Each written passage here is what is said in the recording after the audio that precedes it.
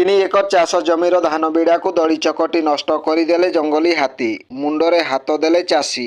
वर्षकर चाष संपूर्ण नष्ट हो जाइथिबा बेले किछि धान हाथी खाई जाइथिबा अभियोग होइछि।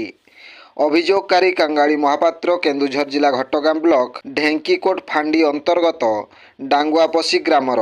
दिनकु दिन जंगली हाथी मानकर उपद्रव बढ़ी चलिथिबा बेले केउंठी हाथी आक्रमण रे जनसाधारणकर जीवन जाउछि तो आउ केउंठी धान फसल को नष्ट करुछंती। हाथी कबलरु चलित वर्षर धान चाष को मुकुड़ाइबा पई डांगुआपसी ग्रामर कांगाली महापात्र प्राय 2.5 एकर ऊर्ध्व धान बिड़ा को ठेसर करिबा पई ठुलो करिथिबा बेले राति रे जंगली हाथी किछि खाइथिबा बेले बाकी धान बिड़ा गुडी को दड़ी चकटी नष्ट करि दैछंती। एहा सह ग्रामर नित्यानंद नायक एवं रक्षाकर नायकंक धान फसल मध्य नष्ट करिथिबा सूचना। ब्यूरो रिपोर्ट जनजागरण ओडिया।